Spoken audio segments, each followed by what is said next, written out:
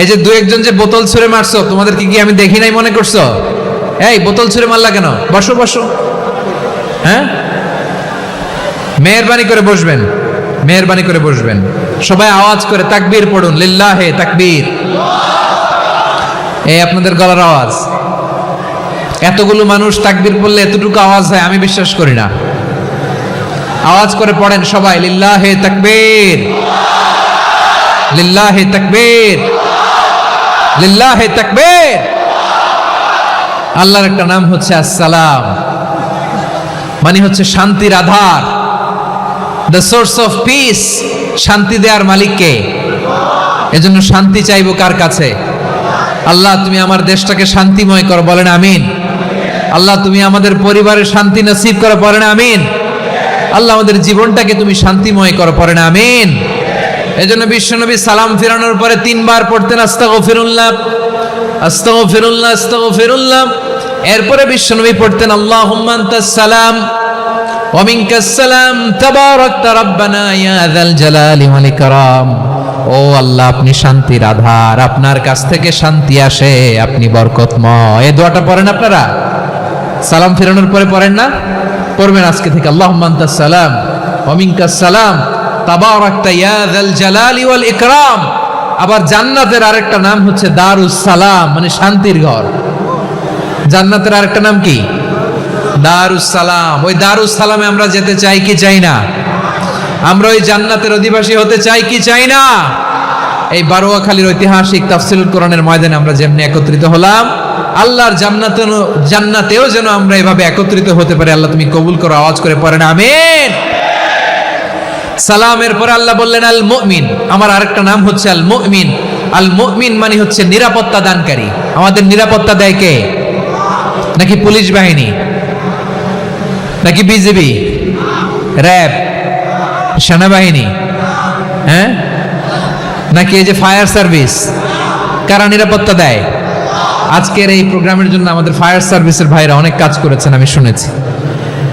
ভাইরা স্পেশালি দোয়া চেয়েছেন এবং তাদের একটা সুনাম আছে বাংলাদেশে।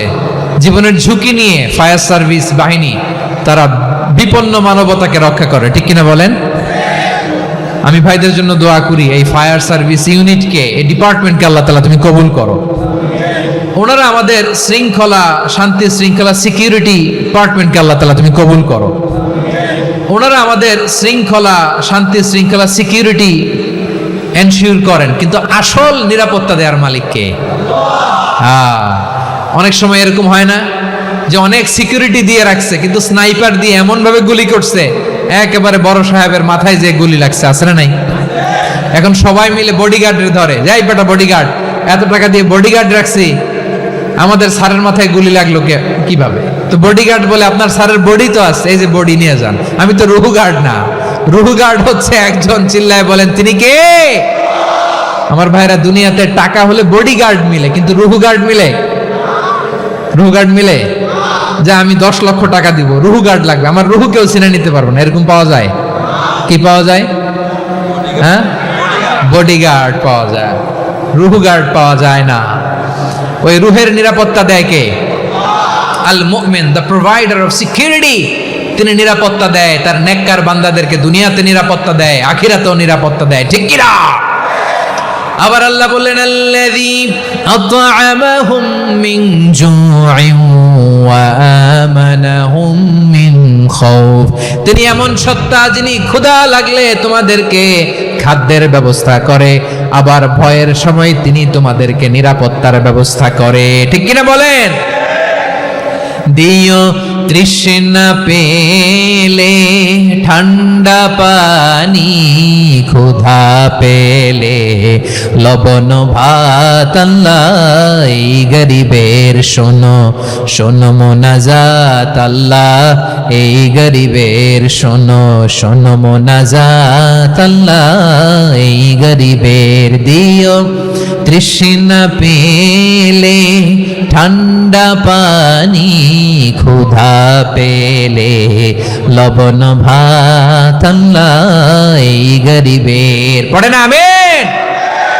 আমরা যখন বিপদে পড়ি নিরাপত্তা দেয় কে?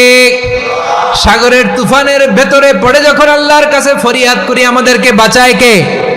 বিমানের ভেতরে যখন বিপদে পড়ি, যখন আল্লাহর কাছে সাহায্য চাই, বাঁচায় কে? কঠিন বিপদের মুহূর্তে আমাদেরকে সিকিউরিটি দেয় কে?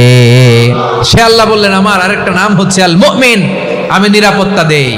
এরপরে আল্লাহ বললেন আমার আরেক নাম হলো আল মুহাইমিন। আরেক নাম কি? আল মুহাইমিন। আল মুহাইমিন মানে হচ্ছে দ্য ওভারসিয়ার, দ্য অবজারভার, পর্যবেক্ষক, যিনি মনিটরিং করেন আমাদের সব অ্যাক্টিভিটি, তিনি মনিটরিং করেন। কোনোভাবে তার চোখকে ফাঁকি দেয়া যায় না। আল্লাহর চোখ ফাঁকি দেয়া যায়? আচ্ছা আওয়াজ করে বলেন তো, পুলিশ ভাইদের চোখ, পুলিশের চোখ মাঝে মাঝে ফাঁকি দেয়া যায় কি যায় না? সেনাবাহিনীর চোখ, র্যাবের চোখ, ইনকাম ট্যাক্স অফিসারের চোখ, দুর্নীতি দমন কমিশনারের চোখ, কিন্তু আল্লাহর চোখ, আল্লাহর চোখকে কশ্চিনকালেও কখনো ফাঁকি দেয়া যাবে? যেখানেই যান, ঘরের ভেতরে ঢুকে জানলা লাগিয়ে দরজাটা লক করে যদি অন্যায় করেন, পাপ করেন, দুনিয়ার কোন চোখ দেখে নাই, দেখেছে কে? পর্দার আড়ালে যে যদি পাপ করেন, দেখে নাই, দেখেছে কে? গহীন সাগর তলে ঢুকেও যদি অন্যায় করেন, কেউ দেখে না, সেটা দেখেন কে? আপনি কি ভাবছেন আটলান্টিক মহাসাগরের ভিতরে চলে গেলে তার আল্লাহ দেখবে না? প্রিয় বারোয়াখালীবাসী, আপনারা ওশেন গেট কোম্পানি নাম শুনছেন? ওশেন গেট, তারা এই যে টিটান সাবমার্সিবল একটা সাবমেরিনের মতো বানাইছিল, যেটা টাইটানিক জাহাজের ভগ্নাংশ দেখার জন্য অনেক লোক যে মারা গেছিল না, ওটা সাগরের একেবারে গহীনে চলে যায়। এই টিটান সাবমার্সিবল দিয়ে সাগরের একেবারে গহীনে চলে যাওয়া যায়। তো ওইটার ভিতরে ঢুকে যদি আপনি আটলান্টিকের তলায় চলে যান, তাইলেই তো আল্লাহরে ফাঁকি দিতে পারবেন, আর তো আল্লাহ দেখতে পারবে না। পারবে না? সাগরের অতল গহ্বরে চলে গেল, পাহাড়ের সুরঙ্গের ভেতরে ঢুকে গেল, মহাকাশ স্টেশন পাড়ি দিয়ে মঙ্গলে পাড়ি জমালেও আমার আল্লাহর চোখ কশ্চিনকালেও ফাঁকি দেয়া যাবে? এজন্য সে আল্লাহ বললেন লা তুদরিকুহুল আবসার ওয়া হুয়া ইউদরিকুল আবসার ওয়া হুয়াল লাতীফুল খাবীর। আমার আল্লাহ দৃষ্টির আয়ত্তে নন, কিন্তু দুনিয়ার সব দৃষ্টি আমার আল্লাহর আয়ত্তে, ঠিক কি না? সূক্ষ্মদর্শী, সূক্ষ্ম থেকে সূক্ষ্ম পাপ কাজ যেভাবে যেমনটি করেন সব দেখেন। মুখে না বললে অন্তরেও চিন্তা করলেও অন্তরে চিন্তার উদ্রেক ঘটেছে, ওইটা তো কেউ জানে না, কিন্তু জানেন কে? এভাবে যিনি সূক্ষ্মভাবে মনিটর করেন, ওভারসি করেন, অবজারভেশন করেন, তার নাম হচ্ছে আল মুহাইমিন, পর্যবেক্ষক। আসুন আমাদের রবকে চিনি। বারোয়াখালীর ভাইরা চিনতেছেন?